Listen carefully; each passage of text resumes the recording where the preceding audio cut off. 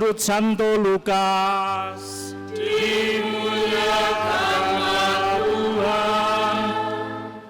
Sekali peristiwa Tuhan menunjuk 70 murid yang lain. Ia lalu mengutus mereka berdua-dua mendahulunya ke setiap kota dan tempat yang hendak dikunjunginya. Katanya kepada mereka, tuaian memang banyak, tetapi pekerjanya sedikit. Sebab itu mintalah kepada tuan pemilik tuaian agar ia mengirimkan pekerja-pekerja untuk tuaian itu. Pergilah. Sesungguhnya aku mengutus kamu seperti anak domba ke tengah-tengah serigala. Janganlah membawa pundi-pundi atau kantong perbekalan atau kasut. Dan janganlah memberi salam kepada siapapun selama dalam perjalanan. Kalau kamu memasuki suatu rumah, katakanlah lebih dahulu, damai bagi rumah ini. Jika di situ ada orang yang layak menerima dia, menerima damaimu, maka salammu itu akan tinggal padanya. Tapi jika tidak, salammu itu akan kembali kepadamu. Tinggallah dalam rumah itu, makan dan minumlah apa yang diberikan kepadamu, sebab seorang pekerja patut mendapat upahnya.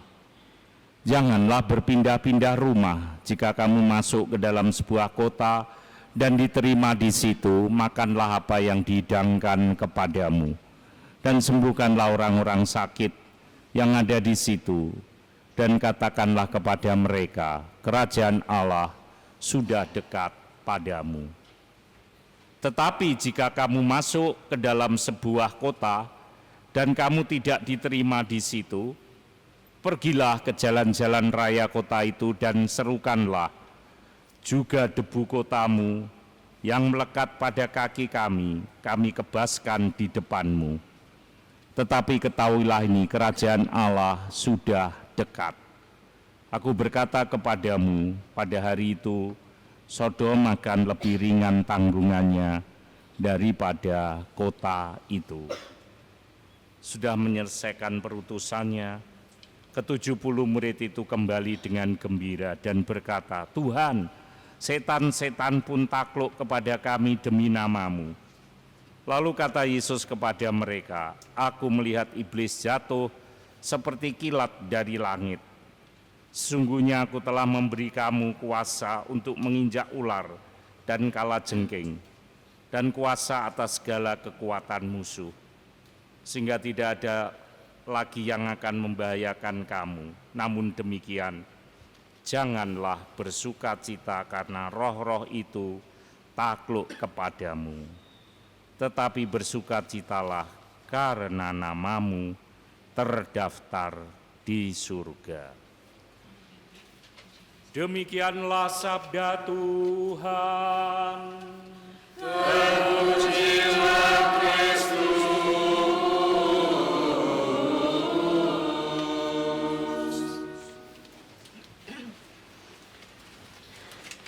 Satu hal yang perlu direnungkan pada hari Minggu pekan ke-14, pekan biasa, adalah bukan karena kesuksesan kita menjadi pengikut Kristus, tetapi ini yang perlu dicamkan baik-baik. Tetapi bersukacitalah karena namamu terdaftar di surga. Ya. Baru terdaftar, baru sudah bersukacita. Terdaftar lo ya. Ya saya mikirnya ya mending daripada tidak terdaftar. Ya. Terdaftar calon presiden, ya seneng aja terdaftar, timbang enggak. Gitu cara mikirnya ya. Romo Otong terdaftar calon uskup, lumayan meskipun tidak kepilih, tapi terdaftar ya. Ini loh kata Yesus, tetapi bersukacitalah karena namamu terdaftar di surga. Karena ini sesuai dengan janji Yesus. Janji Yesus akan dipenuhi kalau kamu tahu dan sadar akan konsekuensi mengikuti Yesus. Mau tidak mau, kamu harus tahu bahwa itu tanpa dipaksa kamu harus ikut dalam tugas perutusan ini. Tapi banyak orang Katolik salah. Tugas perutusannya pasti cuma satu. Opo?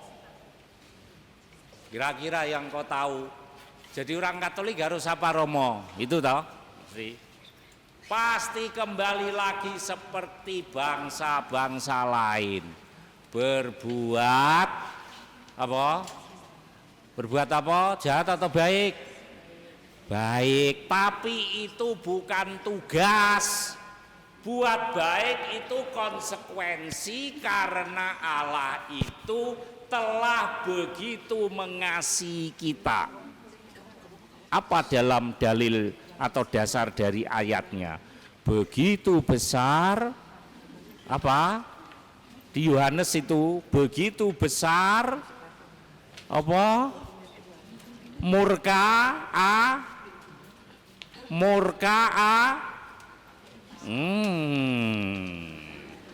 Angger wis kitab suci langsung peletes mingkem wong Katolik. Ya. Gak usah apal ayat piro, gak penting. Yang penting apa? Tahu kelanjutannya. Begitu besar murka langsung cepet ae Allah ngono.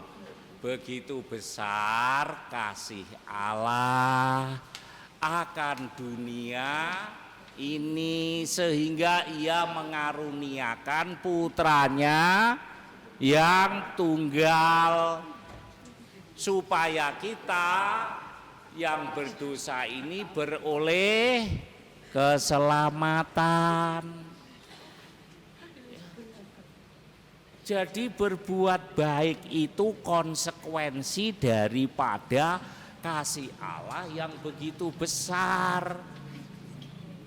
Jadi itu bukan tugas yang diberi Yesus untuk kita, buat apa? Ya. Karena juga firman mengatakan seluruh perbuatan baik manusia tidak dapat apa? Tidak dapat apa? Lo tadi itu lo terakhir supaya kita yang berdosa beroleh. Nah, jadi seluruh perbuatan baik manusia tidak dapat apa? Menyelamatkan. Ya karena itu. Memang perbuatan baik kita sak ton sak kilo gak dapat menyelamatkan. Sudah jelas di situ tadi begitu besar kasih Allah kepada dunia sehingga ia mengaruniakan putranya. Sudah selesai. Ya. Bukan buat baik, sudah jelas loh firman. Seluruh perbuatan baik manusia setiap pribadi buat banyak tidak dapat menyelamatkan. Jadi tugasnya orang Katolik bukan untuk berbuat baik, tidak. Wah, kalau tidak dapat menyelamatkan ya lebih baik buat jahat, Romo. Pikiran kenteriku. Tahu? Kentir itu kacau balo. Wong buat baik aja tidak dapat menyelamatkan, apalagi tidak berbuat.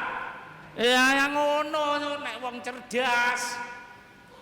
Nek wong bodoh longa-longo ya itu tadi. Wah, kalau gitu nggak usah buat baik, Romo. Buat jahat terus saja. Cara mikir apa ini? Ya. Sudah jelas dikatakan baik bacaan pertama juga bacaan kedua serta Injil sudah diberi jaminan keselamatan. Ya. Seperti kamu disusui ibumu, dilindungi, no. Sehingga kamu merasa bersukacita, aman. Kalau kamu mengetahui apa yang ditugaskan oleh Bapamu. Dalam bacaan kedua sudah jelas-jelas Rasul Paulus tadi mengingatkan kepada kita di dalam umat di Galatia. Pada tubuhmu ada tanda-tanda milik Yesus. Siapa yang bisa mengalahkanmu? Lihat itu. Seluruh kekuatan manusia di dunia tidak ada yang bisa mengalahkan iblis. Tetapi kita mendengar tadi murid-murid pulang dari tugas perutusan. Iya benar Tuhan, setan-setan pun takluk kepada kami dalam namamu. Jadi yang menaklukkan setan siapa? Murid Yesus? Bukan. Ya, karena nama Yesus. Karena nama Yesus. Bukan karena kesaktianmu, nggak akan mengalahkan kuasa jahat kesaktianmu, kekuatanmu. Tapi karena iya Yesus benar, setan-setan pun takluk kepada kami demi namamu. Maka ketika engkau diberi tugas perutusan, ya, kau ada dalam bahaya. Itu sebabnya orang tidak mau. Yesus kan sudah bilang, benar, aku mengutus kamu di tengah-tengah apa? Tengah-tengah kucing apa setan? Tengah-tengah serigala. Ya kucing gak enak, ya meong-meong gue gak wedi. Tapi nek di tengah serigala, apa gak takut? Makanya orang males diutus. Bahaya dalam bahaya pastor. Loh sudah Yesus bilang, jangan takut. Aku telah membuktikan sendiri setan-setan itu takluk kepadaku. Ada 2 orang kerasukan setan di kuburan sehingga orang nggak berani lewat karena kalau lewat diganggu, lempari batu, sampai nggak ada yang berani lewat. Tapi ketika bertemu Yesus, teriak-teriak mereka, jangan usir kami tahu engkau adalah yang kudus dari Allah, engkau yang kudus, engkau anak Allah. Kita diutus mengalami bahaya, yang dicari bukan nama Yesus, tapi nama Mbah Dukun. Bukannya begitu? Enggak Romo, saya enggak pernah cari dukun. Kowe dodolan golek dukun. No. Gak gelem ngaku nek tak takoki, isin. Tapi tiap hari yang dipikirkan piye supaya daganganku laris, golek prewangan. Nama Yesus tidak dipakai, tapi atau lawannya lah, kalau Yesus dibalik itu apa? Yesus susai. Tidak nama Tuhan yang dibawa, tapi lawannya. Ya. Yaitu hantu. Maksudnya mau bawa Tuhan, tapi ngomong Tuhan keselak.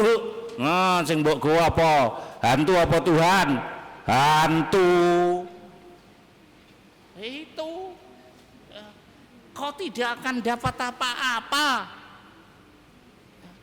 karena engkau tidak memperhatikan tugas perutusanku. Jadi bukan soal keberhasilan, tapi ketika engkau ikut aku, kamu sudah kumeterekan. Tapi banyak orang karena tidak sanggup dikatakan, karena kamu nanti akan aku utus di tengah serigala. Akhirnya mereka murtad. Ya. Murtad. Bukan ikut Tuhan, tadi sudah dimeteraikan, tapi kemudian ikut hantu. Kok dijamin apa oleh hantu? Mereka aja takluk sama Yesus. Ya. Lihat, setan-setan pun takluk. Ya. Setan-setan pun mengakui dengan terang-terangan, aku tahu kamu anak Allah. Tapi banyak orang Katolik dimeteraikan nggak tahu bahwa Yesus itu anak Allah. Malah dia manusia biasa yang bisa buat mukjizat. Mau dia bisa membuat mukjizat atau tidak penting. Tapi yang penting dia bisa membuktikannya. Ayo carikan sampai hari ini. Di sini kan ada 6 agama, wis cuari semua. Kau hanya bisa menemukan orang yang berkata apa? Orang buta ketemu, melihat. Carikan di tokoh agama lain kalau ada, tak bayari. Kamu bisa menemukan orang yang hanya berkata, mendengar, orang tuli, mendengar, buta, melihat, saya beli itu. Sudah, enggak ada, cuma orang satu ini tok. Berhadapan dengan orang mati, siapa yang bisa membangkitkan? Cari di 5 atau 6 agama itu, yang ada hanya nama Yesus. Di Katolik dan kekristenan lainnya gak ada yang bisa. Mau dia pakai mantra-mantra, salibu koko beluk dem gak ngurus. Pokoknya wong mati iku gak iso bangkit. Tapi Yesus nggak usah pakai mantra, dia cuma bilang apa? Yang buta melihatlah, yang bisu berkata-katalah, ngomong, yang tuli mendengar. Sudah itu aja. Dia mau disebut Tuhan atau tidak enggak ngurus, tapi dia bisa membuktikan. Selesai. Dia mau utusan atau dia hanya seorang nabi, tapi dia bisa membuktikan. Sedangkan nabi-nabi lain tidak. Mau apa? Itulah karena itu tugas pertama-tama kita adalah bukan tentang keberhasilan, tetapi tentang apa? Masalahnya ini satu, kalau sudah menyangkut tugas perutusan, karena mendesak. Sebab dikatakan kerajaan Allah sudah dekat. Loh, tapi sudah sampai Yesus ngomong 2000 tahun lalu sampai sekarang loh Romo. Mana kerajaan Allah kok tidak datang-datang? Loh, itu kan bukan urusanmu. Tapi yang paling penting adalah kenapa ketika Yesus berkata kerajaan Allah sudah dekat, bertobatlah. Itu karena apa? Dasarnya hanya satu, di dalam Mazmur atau di surat Petrus yang mengatakan karena 1000 tahun sama dengan berapa hari? 10 hari? Berapa? Sehari. Karena itu dikatakan kerajaan Allah sudah dekat, karena 1000 tahun sama dengan 1 hari. 1 hari sama dengan 1000 tahun. Ya. Jadi artinya bagi Tuhan waktu tidak ada jaminan. Nah, kau mau mengatakan 1000 tahun, kalau ya 1000 tahun sama dengan 1 hari, Sejak zaman Yesus kita sudah hidup di 2000 tahun. Berarti masih berapa hari? 2 hari. Karena itu sudah dekat. Tuhan bisa datang sewaktu-waktu. Rong dino itu dekat sekali. Sama 1 bulan dekat mana? 2 hari. Tapi 1000 tahun sama dengan 1 hari. Iki lagi rong dino. Tuhan bisa datang sewaktu-waktu karena dikatakan itu kerajaan Allah sudah dekat. Nah, maka kalau kamu tidak siap-siap, tidak segera bertobat, kamu akan merasakan akibatnya. Karena itu pertama-tama Yesus tahu ya, masalahnya bukan soal keberhasilan tugas perutusannya, tidak, tapi apa? Yang pertama-tama Yesus katakan di sini adalah karena itu. Kenapa Yesus mengatakan ini mendesak? Yesus berkata tugas perutusan ini tuwean memang apa? Sedikit atau banyak? Banyak, tetapi pekerjaannya sedikit atau banyak? Nah itulah nggak ada yang mau diutus masalahnya. Karena Yesus memberitahu lagi, tugas perutusan ini tidak mudah. Seperti engkau saya letakkan di tengah-tengah serigala, makane do gak gelem. Tapi maunya minta janjinya, dilindungi Tuhan, beroleh surga. Lo kowe diutus ndak mau, nggak ada yang mau. Saya masih ingat anak-anak misdinar atau muda-mudi biasanya saya tanya begini, nggak mau jadi pastor tah? Anak-anak itu biasanya saya gitukan, tugas di belakang, nggak mau jadi pastor tah? Apa jawabnya anak-anak? Tahu nggak? Tahu kagak? Kagak atau tahu? Gagak atau tahu? Jawabnya ini, nggak Romo, nggak pantas. Nggak pantas. Memang ada manusia yang pantas di hadapan Tuhan? Nggak ada. Ya. Masalahnya, kamu sudah mau masuk seminari belum? Belum Romo. Lah iya wong durung kok wis muni gak pantes. Gak terpilih Romo.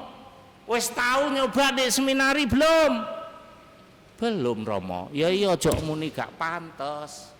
Aja muni gak terpilih.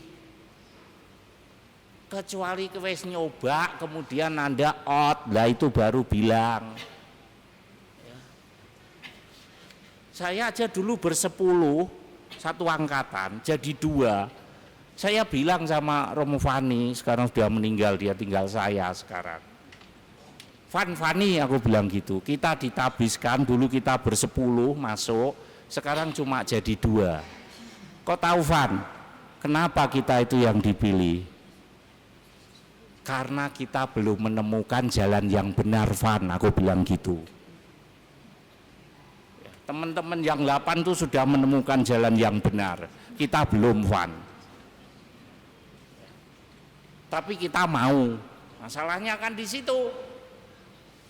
Meskipun belum menemukan jalan yang benar, kita kan mau mencari jalan yang benar, kan begitu. Itu. Kenapa juga Van? Karena dosane wong loro iki kamu mbek aku luwih akeh timbang sing 8 Van. Tapi jangan khawatir, Van. Kenapa? Kenapa nggak khawatir? Tuhan datang bukan untuk orang yang, tapi untuk orang yang mana itu loh. Mau apa? Bukan terus lalu kami buat dosa-dosa terus. Enggak. Kalau kami buat dosa-dosa terus, pasti kami tidak akan ditabiskan. Kan begitu aja logikanya. Sederhana sekali. Ya. Karena itu Yesus mengatakan, tuwean memang banyak, tapi pekerjanya sedikit. Apalagi ditambahi, kalau kamu nanti kuutus, kamu seperti aku, utus ke tengah-tengah serigala. Aduh, gak berani, pastor, makanya gak ada yang mau diutus. Karena itu Yesus mengatakan, maka berdoalah, mintalah kepada Tuhan yang empunya tuean, supaya mau mengirimkan pekerja-pekerja itu. Kok sudah ribut dengan dirimu sendiri, kok diutus sendiri, wegah. Nek ndongakno kenceng, tapi diutus sendiri, langsung jadi sapi kabeh. Nah, tugas lo di tengah-tengah serigala, langsung jadi sapi kabeh. Enggak mau. Lihat itu. Tapi keselamatannya mau. Ditugaskan untuk perutusan untuk supaya banyak orang diselamatkan, itu tekanannya itu di sini. Ya, oleh karena itu mintalah, berdoalah supaya dia mau mengirimkan pekerja-pekerja, dan engkau harus punya kerinduan. Kalau boleh aku Tuhan, gitu. Ojo ngene, pokoknya ojo aku ya Tuhan, tonggoku wae. Buat apa kalau cuma tetanggamu? Engko tanggane ning kono ya ngono ngomonge. Jangan aku ya Tuhan, tonggoku kono. Nah, intine pada enggak mau karena enggak mau menderita sengsara. Ikut Yesus itu berat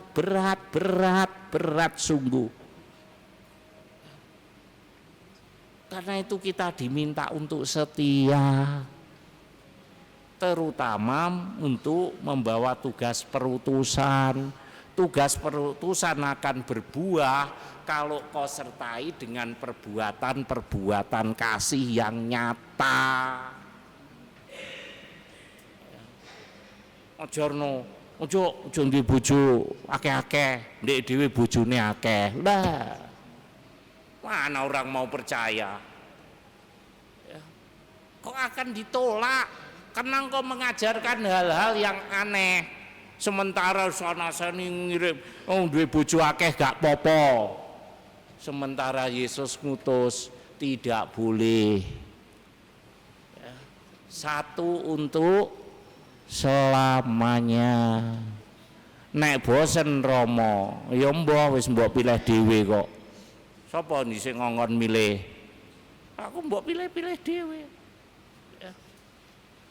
Karena itu mari Bapak Ibu, pada minggu ke-14 ini, mari kita bersama-sama supaya sekurang-kurangnya Tuhan, mungkinkah Engkau menggerakkan aku untuk menjadi pekerja di kebun anggurmu, membawa keselamatan, mengenalkan Engkau yang adalah Tuhan yang akan memberikan bukan hanya janji tapi bukti, supaya banyak nama orang karena perutusan kita, banyak yang terdaftar di surga.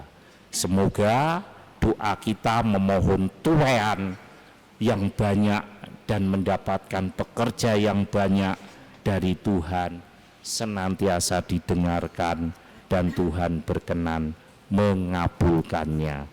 Berkat Allah menyertai kita sekalian. Amin.